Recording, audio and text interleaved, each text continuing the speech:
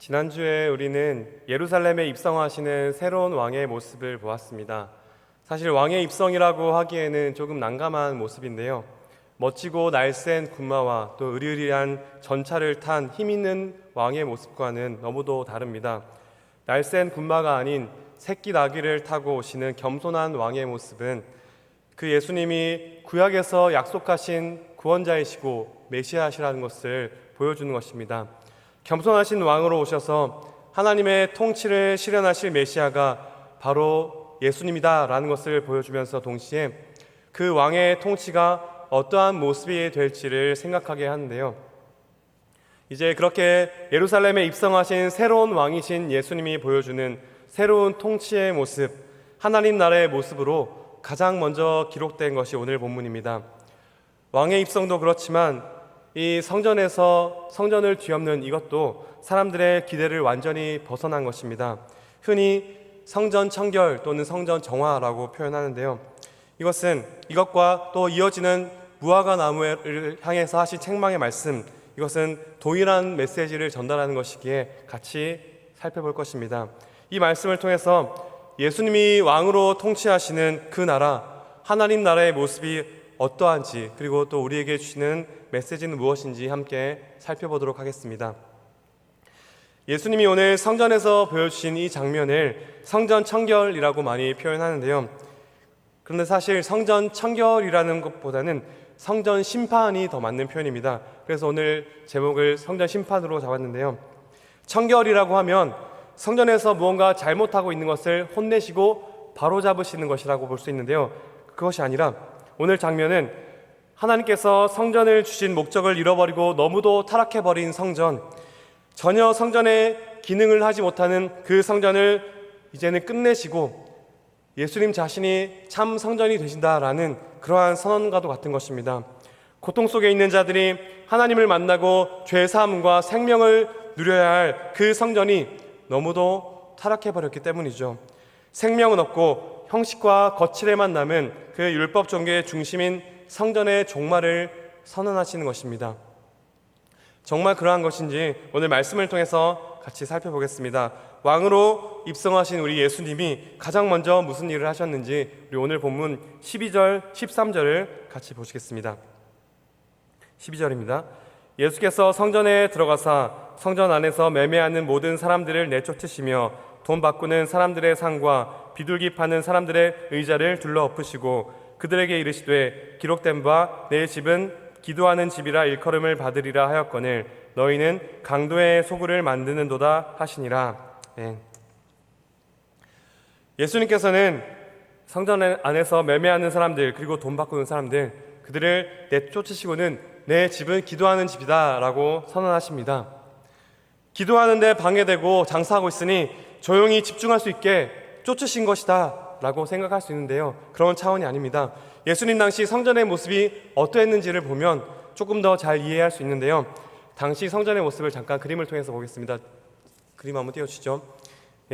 당시 성전의 모습을 복원한 그림인데요, 이것을 헤롯 성전이라고 부르는 이유는요, 헤롯이 유대인들의 환심을 사기 위해서 이렇게 멋지게 이 성전을 지어주었습니다. 당시 제사장들, 서기관들, 바리새인들은 종교 지도자들이었으면서도 동시에 사회에서도 권력자들이었는데요. 그래서 이들의 환심을 사는 것은 헤롯 자신의 그런 통치 기반을 다질 수 있었던 것이죠. 그래서 이렇게 멋지게 성전을 지어주었습니다. 이 멋진 성전의 겉모습 뒤에는 종교 지도자들과 권력과 연결이 되어 있다는 것을 볼 수 있죠. 이렇게 멋지게 지어진 성전을 조금 더 자세히 다음 그림을 보겠습니다. 다음 그림 보여주시죠.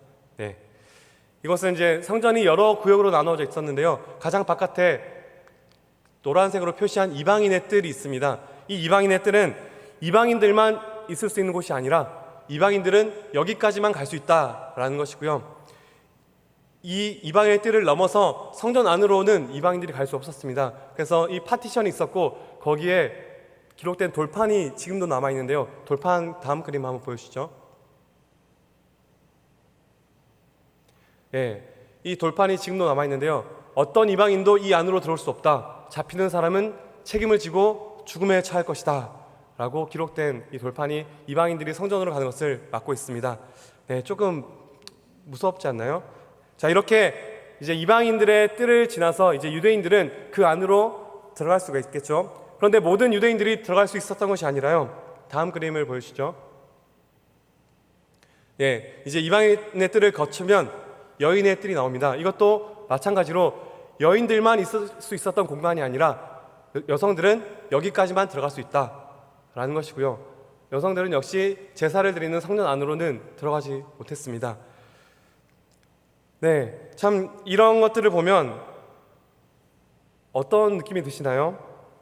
뭔가 철저하게 계급화되어 있고 중앙으로 갈수록 특권을 누리는 그런 구조처럼 보이지 않습니까? 이방인들과 여인들은 성소로 들어갈 수 없었습니다. 그런 그들이 그러면 하나님을 찾고 기도할 때는 어떻게 했을까요? 바로 이 이방인의 뜰과 여인의 뜰에서 기도를 했습니다. 이방인들이 성전에 들어가지 못했지만 하나님을 찾는 이방인들은 그곳에서 기도할 수 있었는데요. 그런데 바로 그 이방인의 뜰에서 이 매매와 환전이 이루어지고 있었습니다. 물론 장사 자체가 잘못된 것은 아닙니다.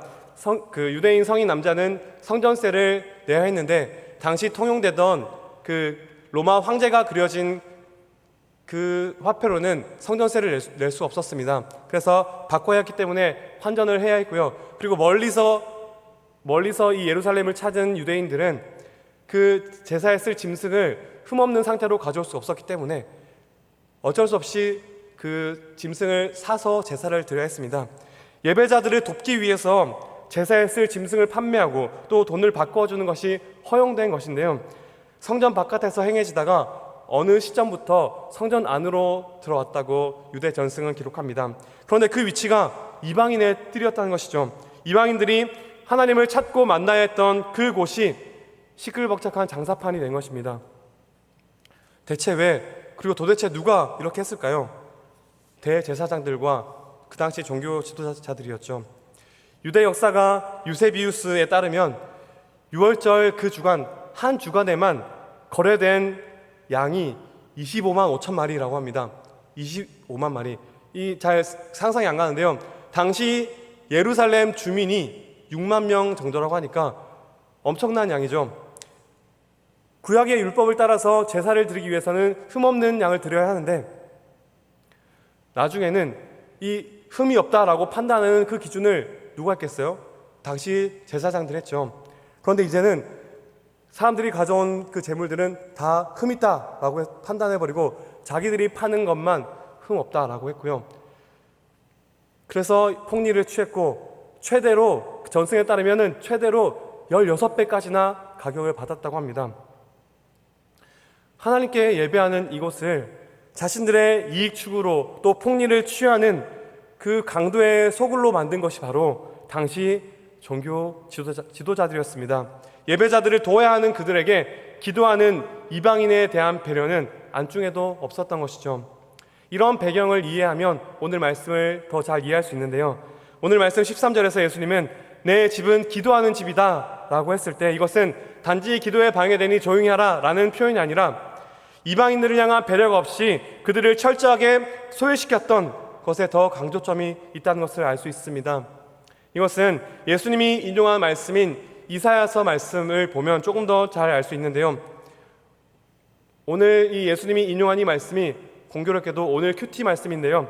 우리 오늘 그 말씀 이사야서 56장 7절 말씀을 우리 자막을 통해서 같이 보시겠습니다.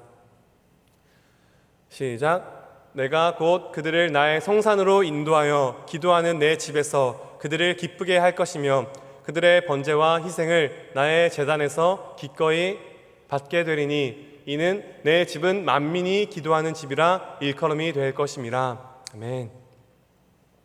여기서 말하는 그들은 이방인들입니다. 이스라엘은 이방인들을 철저하게 성전 가까이 오지 못하게 배제했지만 하나님께서는 그들을 품으시고 내 집안에서 기쁨을 누릴 것이다 라고 약속하시면서 내 집은 만민이 기도하는 집이다 라고 선언하시는데요. 여기서 강조점은 만민이입니다.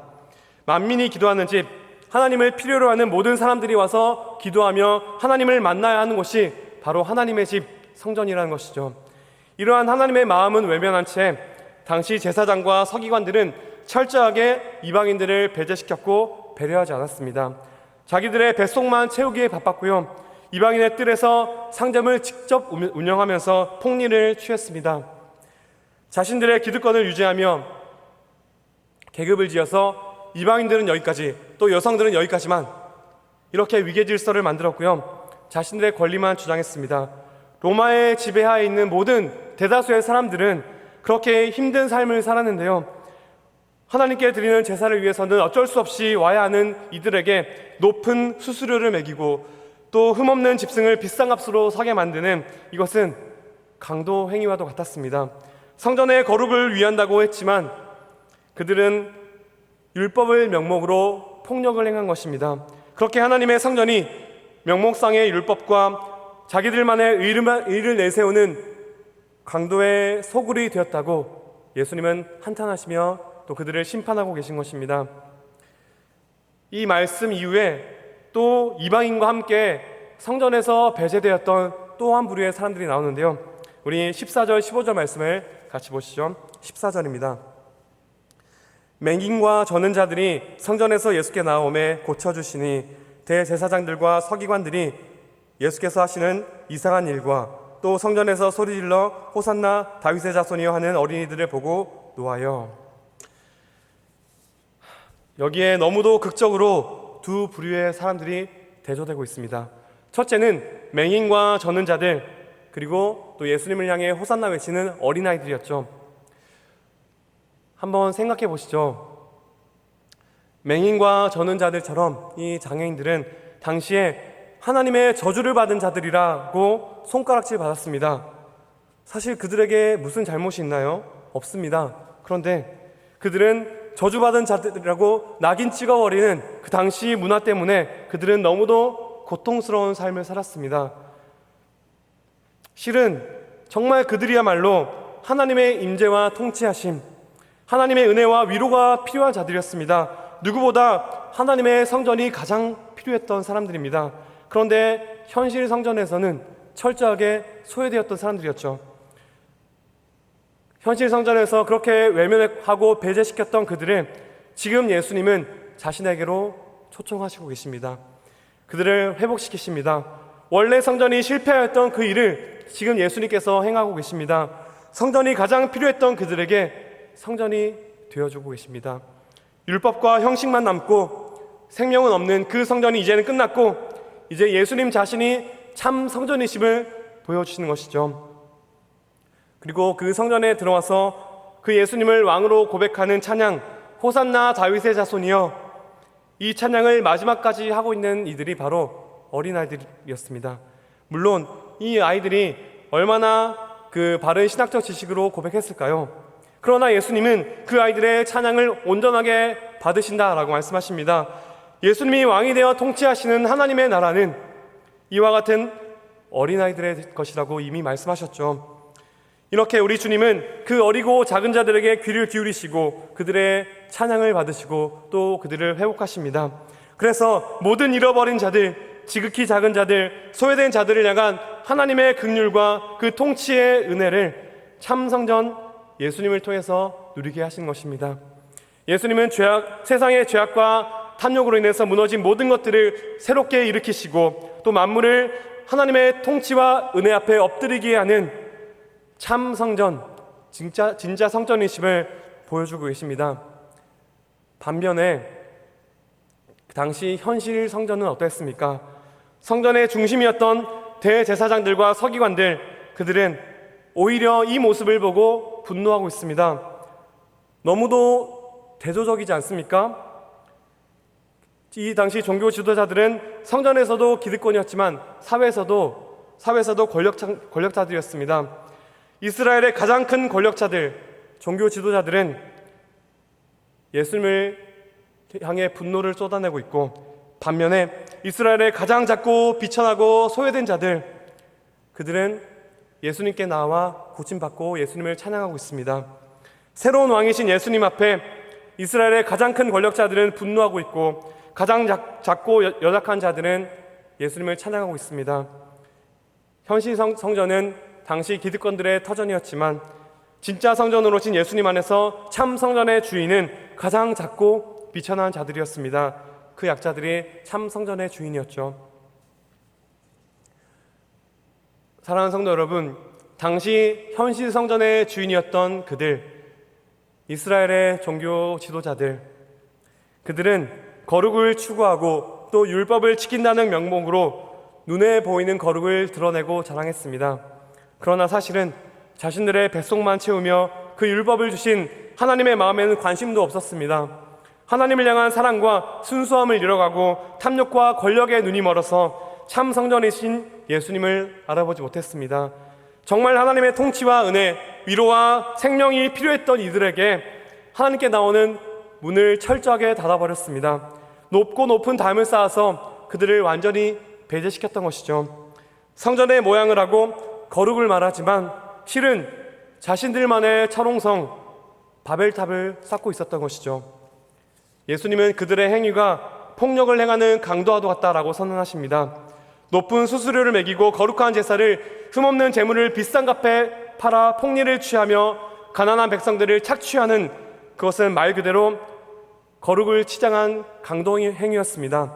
그런데요, 이러한 착취도 그렇지만 율법으로 또 하나님의 말씀을 들이대며 이방인들과 다른 이들을 판단하고 정죄하고 배제시킨 것은 또 다른 폭력이었습니다. 정말 기록된 율법이 분명히 진리의 말씀이 분명하다 할지라도 그것을 누군가에게 적용할 때에는 정말 신중해야 합니다. 기록된 말씀과 분명한 진리라 할지라도 그것을 다른 사람에게 적용할 때 정말 하나님의 마음은 어떠한지를 깊이 생각해보고 또 그 사람을 향한 깊은 고민과 배려, 존중이 선행되어야 하는 것입니다. 우리 예수님께서는요, 누가 봐도 명백한 죄인들, 가늠한 여인들, 세리와 창녀들을 향해서 먼저 말씀의 칼을 들이대지 않으셨습니다. 모두가 율법의 칼로 또 말씀의 돌을 들고 그들에게 다가갈 때 예수님은 먼저 그들과 함께 하시며 존중하시고 사랑하셨습니다. 그런데 당시 이스라엘과 종교 지도자들이 율법을 지킨다는 명목으로 배제했던 이들, 특별히 오늘 말씀에 나오는 이방인들과 또 맹인과 저는 자들, 이들은 정말 구약의 율법에서 하나님께서 배제시켰던 사람들일까요?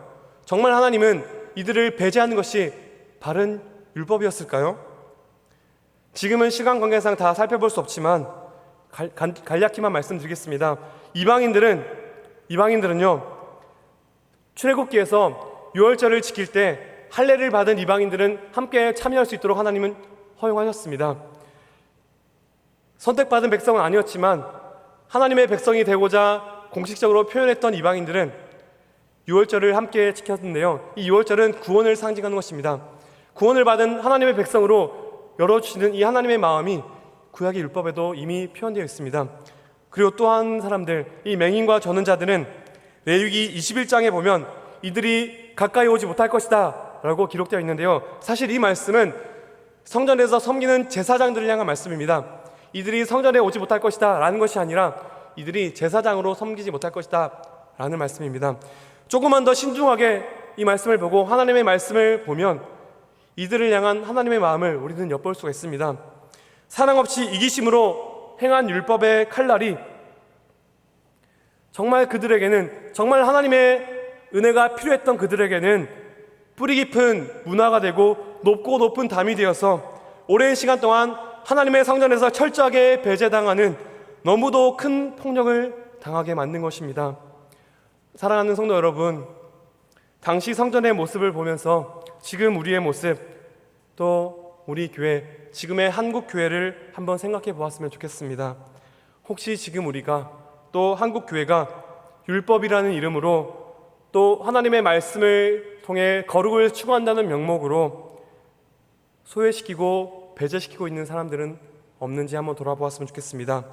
명백한 하나님의 말씀이라고 해서, 명백한 율법이라고 해서 공감과 존중과 사랑 없이 말씀의 칼을 휘두르며 높은 담을 쌓고 있지는 않습니까? 당시 성전처럼 대놓고 배제시키고 소외시키진 않더라도 지금의 교회도 충분히 그럴 수 있습니다. 대부분의 사람들이 지금의 한국 교회가 중산층으로 이루어져 있다라고 지적하는데요. 그런 중산층들이 대부분인 교회에 형편이 어려운 사람들은 교회 문턱이 너무나도 높다고 생각합니다. 혹여나 들어오더라도 그 안에서 적응하지 못하고 소외를 느낄 때가 참 많다고 합니다. 이 외에도요, 어떤 특정한 사람들에 대해서 정말 저 사람은 하나님의 말씀에 비춰볼 때 절대 하나님께 올 수 없는 사람이야. 아니, 저 사람은 절대 구원받지 못할 거야. 아니, 도대체 저 사람은 교회 왜 왔지? 이렇게 쉽게 평가할 수 있습니다. 직접 말하진 않더라도 그런 평가와 시선은 당사자 입장에서는 금방 알아챌 수 있습니다. 우리가 심판자의 자리에 서서 그렇게 남을 평가하고 정죄하는 그 작은 말과 시선들이 그들에게는 하나님께 올 수 없게 만드는 거대한 장벽이 될 수 있습니다. 당시 이스라엘이 이방인과 여인들 그리고 맹인과 젖는 자들에게 그랬던 것처럼 말이죠. 그런데 문제는 그렇게 큰 벽에 직면하는 그들이 사실은 가장 하나님의 은혜가 필요한 자들이라는 것입니다. 우리가 쉽게 내던지는 평가와 대수롭지 않게 바라보는 시선이 정말로 하나님을 간절히 필요로 하는 자들에게는 거대한 벽이 될 수 있다는 것입니다. 꼭 기억하셨으면 좋겠습니다. 정말 소외되고 연약한 자들, 정말 하나님을 필요로 하는 자들을 향해 하나님께로 오는 그 길을 막고 있다면 그것은 참 성전의 역할을 하고 있지 못하는 것입니다. 하나님의 통치를 실현하며 작고 연약한 자들에게 성전의 역할을 하지 못하는 것은 바로 오늘 말씀에서 예수님이 심판하시는 당시 성전의 모습과도 같은 것입니다. 바로 이 말씀 다음에 이어지는 무화과 나무를 향한 이 책망의 말씀, 이것도 사실은 같은 맥락에서 이해할 수 있습니다. 예수님께서 그 예루살렘을 향해 오시는 길목에 있는 그 무화과 나무, 사실은 마가복음에 보면 무화과의 때가 아니었기 때문에 열매가 없는 것이 당연한 그 때인데요. 그런데 열매가 없다고 예수님은 책망하십니다. 이해하기 힘든 이 말씀, 우리 19절 말씀을 같이 보시죠. 길가에서 한 무화과 나무를 보시고 그리로 가사 잎사귀밖에 아무것도 찾지 못하시고 나무에게 이르시되 이제부터 영원토록 네가 열매를 맺지 못하리라 하시니 무화과 나무가 곧 마른지라. 원래 무화과 나무가 나지 않는 그 시기인데 예수님은 열매가 없다고 그 무화과를 책망하시고 마르게 하십니다. 이걸 보면서요, 실제로 그 호주에 있는 생태학자는 예수님은 환경을 사랑하지 않는 사람들이다, 기독교는 환경을 사랑하지 않는다라고 막 얘기하는데요, 사실은 그런 차원의 말씀이 아닙니다. 여기서 무화과는요, 예수님의 상징적인 행동인데요, 무화과는 이스라엘과 또 이스라엘을 대표하는 성전을 상징하는 것입니다. 잎사귀가 무성하다는 것은 겉으로 드러난 종교 행위를 말하는 것입니다. 누가 봐도 으리으리한 성전 건물, 또 6월절 주간에는 그렇게 많은 사람들이 찾아와서 드리는 그 제사들, 율법을 열심히 지키는 그 종교적인 행위는 무성하지만 정작 하나님이 원하시는 사랑의 열매는 없는 그 성전의 모습을 상징하는 것입니다. 열매 없는 무화과 나무가 말라버린 것처럼 성전과 이스라엘 전체를 향한 심판의 메시지를 선언하시는 것입니다. 사랑하는 성도 여러분, 하나님께서 원래 의도하신 성전의 목적이 무엇일까요? 성전은 하나님께서 임재하시고 하나님께서 함께 하심을 보여주는 것입니다. 그래서 그들 백성들 가운데에 계셔서 하나님께서 통치하심을 보여주신 것입니다. 하나님은 자신들의 백성 가운데 함께 하시며 그들과 만나시고 교제하십니다. 또한 성전은 하나님의 통치를 실현하고 또 하나님의 성품을 드러내는 곳이어야 합니다.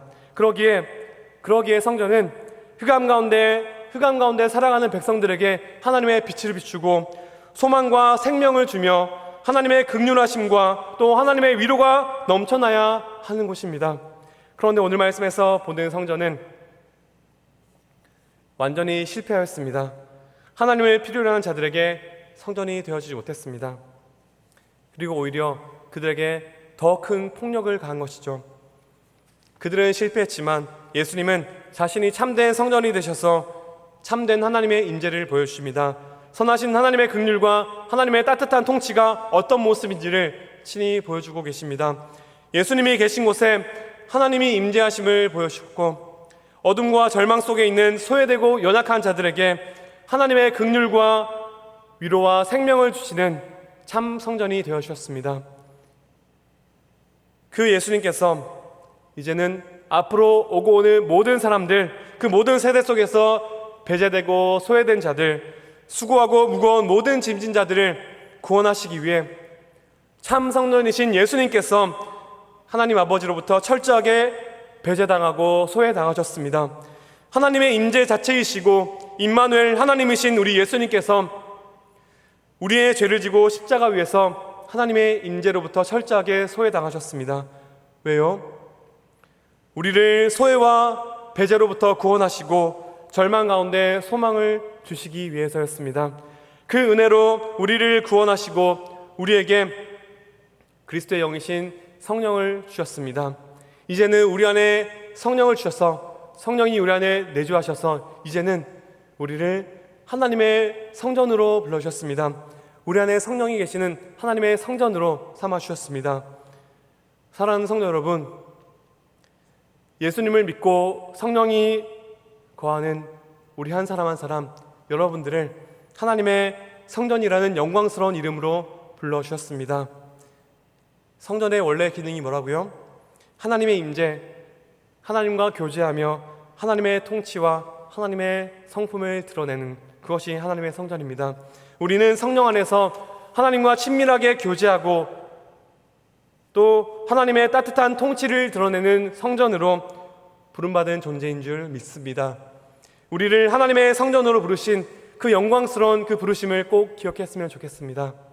그리고 동시에 이것은요, 오늘 성전을 향한 심판을 선언하시는 그 예수님의 엄중한 말씀을 우리는 귀담아 들어야 합니다. 열심히 예배도 드리고 헌금 생활도 잘하고 또 열심히 봉사를 한다 할지라도 그것이 무성한 잎사귀에 불과할 수 있습니다. 정작 하나님이 원하시는 사랑의 열매가 없이 정말 하나님의 은혜가 필요한 자들에게 하나님으로 오는 길을 막는 그 심판받은 성전의 모습이 될 수가 있다는 것이죠. 하나님의 성전이라는 그 영광스러운 부르심과 함께 우리는 이 심판의 말씀을 엄중히 드려야 합니다. 사랑하는 성도 여러분, 우리는 참 성전이신 예수님 안에서만 성전으로 살아갈 수 있습니다. 나를 떠나서는 너희가 아무것도 할 수 없느니라. 예수님은 그렇게 제자들에게 말씀하셨습니다. 나를 떠나서는 너희가 아무것도 할 수 없느니라. 혹시나 지금 잎은 무성한데 열매는 없으십니까? 우리 참 성전이신 예수님을 붙잡읍시다. 참 성전이신 예수님 안에 거할 때에만 우리는 하나님의 성전으로 살아갈 수 있습니다. 우리 매일의 삶에서 하나님의 임재를 누리고 또 하나님과 교제하며 하나님 주시는 위로와 소망으로 우리의 심령이 가득해지기를 날마다 기도합시다. 또 죄인인 나를 용납하시고 모든 소외와 배제로부터 구원하셔서 하나님의 영광스러운 사귐으로 불러주신 그 은혜를 날마다 누리며 살아가게 해달라고 기도합시다. 그렇게 겸손히 구하며 참 성전이신 예수님 안에 거할 때 우리의 찬양을 온전케 하시고 또 하나님 주시는 위로와 생명을 누리며 참 성전으로 살아가게 하실 줄 믿습니다. 우리 모든 은평의 성도님들 참 힘든 시간을 보내고 계실 텐데요. 그렇게 우리는 참 성전이신 예수님 안에서 하나님 주시는 위로와 소망을 누리며 살아가시길 기도합니다. 또한 이를 넘어서 정말 하나님의 은혜가 필요한 자들, 소외되고 연약한 자들에게 참 성전이 되어주고 참 교회가 되어주며 하나님의 위로와 소망을 전해주는 하나님의 참 성전으로 살아가는 은혜가 있으시길 주님의 이름으로 축원드립니다. 아멘. 말씀을 마무리하며 그림 한 편을 보겠는데요. 한번 그림 띄워주시죠. 네, 유명한 그림이죠. 반 고흐의 별이 빛나는 밤에라는 작품인데요. 고흐는 일찍 세상을 떠났고 정신병으로 고생을 했습니다. 이 작품은 이제 그가 죽은 이후에 많은 사람들에게 위로를 주었는데요. 사실 이 고우가 화가이기도 했지만 전도사 생활을 했다는 것 아셨나요? 이 고우의 조카를 통해서 이 헨리 나우엔이라는 영성가가 남긴 그 논문에 있는데요. 그리고 또 그 고우가 동생 테오에게 보냈던 편지에 이 그림이 어떤 의미인지를 또 해석해 놓은 것들이 있습니다. 그 동생 테오에게 보낸 편지에 나는 하나님이 그리울 때마다 별을 바라본다. 우주 안에는 하나님이 안 계신 곳이 없는데 하나님을 발견한 자마다 사랑하고 사는데 라고 편지에 기록했습니다. 이 고우는 정신병원에 있었지만 하나님을 그리울 때마다 별을 바라보았다고 합니다. 그림을 보시면 그 하늘 안에 노랗게 빛나는 그 달과 별들이 보이십니까? 이를 통해서 하나님의 사랑을 느꼈고 또 하나님을 바라보았다고 합니다. 그래서 이 도우는 이 노란색을 가장 많이 사용했는데요. 하나님의 사랑과 온기를 나타내는 이 노란색인데요. 하나님의 무한하심을 경험한 존재의 따뜻한 사랑을 이 노란색으로 표현했습니다. 이 하늘 아래 보면 마을이 있는데요. 이 마을은 그 정신병에 있었던 고우가 볼 수 있었던 풍경이 아니라 그의 기억 속에 있었던 탄광촌의 기억입니다. 탄광촌에 있을 때 전도사 생활을 했는데요. 전도사 생활을 할 때 눈에 보이는 열매는 없었지만 그 탄광에 있는 광부들과 함께하고 그들과 함께 생활하며 많은 것을 배웠다고 합니다. 그런데 네덜란드 교회는 눈에 보이는 열매가 없다고 그 고우의 목회직을 박탈했는데요. 이 그림을 보시면 그 달과 별의 따뜻한 노란색 온기를 받아서 탄광촌 마을에 있는 집들이 노란색 온기가 새어져 나오고 있는 것들이 보이십니까? 그들은 함께 서로 사랑하며 하나님의 사랑을 누렸는데요. 그런데 이 마을에 불 꺼진 집이 있습니다. 그림 가운데 보시면 정 가운데 교회가 있는데 교회에 불이 꺼져 있죠. 이 고우의 가슴 속에는 교회에 하나님의 사랑과 따뜻한 온기가 없었다는 것이죠. 그림 이제 내려주시고요. 사랑하는 성도 여러분, 형식에 갇혀버린 신앙, 내가 행한 것으로 남들 위해 서고자 하는 마음, 그리고 율법이라는 이름으로 남들을 정죄하고 소외시키는 모습은 예수님이 심판하신 성전의 모습이었습니다. 그리고 오늘 고우의 그림에서 본 하나님의 사랑을 반사하지 못하고 꺼져버린 교회와도 같은 것이죠. 세상은 하나님의 사랑을 필요로 합니다. 이 세상에는 하나님의 성전인 여러분들을 필요로 합니다. 사랑하는 성도 여러분, 참 성전이신 예수님 안에 거하며 그 거저주시는 하나님의 무한하신 사랑, 또 우리의 자리까지 낮아지신 그 겸손하신 예수님의 사랑과 긍휼하심, 그 은혜를 깊이 누리시길 소원합니다. 참 성전 되시는 예수님 안에 거하며 정말로 하나님을 필요로 하는 자들에게 그 따뜻한 하나님의 사랑과 온기를 전하는 참된 성전으로 살아가시길 주님 이름으로 간절히 축원드립니다. 네, 기도하겠습니다. 하나님 아버지, 모든 소외와 고통과 탄식 가운데 외면하지 않으시고 넓은 팔로 안아주시는 그 크신 사랑을 허락하시니 너무나 감사합니다. 참 성전이신 예수님 안에서 우리를 하나님의 자녀로 부르시고 또 하나님의 성전이라는 감당할 수 없는 사명을 주시니 너무나 감사합니다. 하나님, 지금 모두가 힘들어하는 이때에 하나님의 긍휼과 위로가 필요한 연약한 자들, 소외되고 고통받는 자들, 특히 코로나로 인해 신음하는 많은 성도들이 있습니다. 하나님, 이들에게 하나님의 위로와 소망을 전해주는 하나님의 성전으로 살아가는 저희들 되게 하여 주옵소서. 믿고 감사드리며 예수님의 이름으로 기도합니다. 아멘.